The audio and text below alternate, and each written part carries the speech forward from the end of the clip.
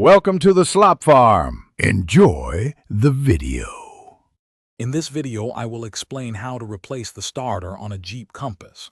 First, ensure your vehicle is safely supported on jack stands and disconnect the negative battery cable to prevent electrical shorts.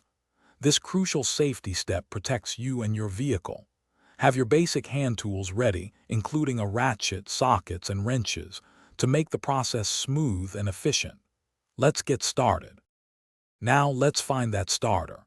On a Jeep Compass, it's usually situated on the engine block, close to the transmission bell housing. You might need to remove a few components like an air intake tube or a heat shield to gain clear access. Once visible, carefully disconnect the main power cable and the smaller solenoid wire. Remember to keep track of where each wire connects. With the wires disconnected, it's time to remove the mounting bolts. There are typically 2 or 3 bolts holding the starter in place. Use the appropriate socket and ratchet to loosen and remove them. Be prepared to support the starter as you take out the last bolt, as it can be heavy.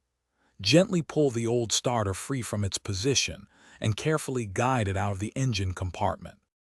Installing the new starter is essentially the reverse of removal. Carefully position the new starter into place and hand-tighten the mounting bolts before fully securing them. Reconnect the solenoid wire and then the main power cable, ensuring all connections are tight and secure. Finally, reattach the negative battery cable, start your engine, and listen for that satisfying crank. You've done it. Thanks for watching.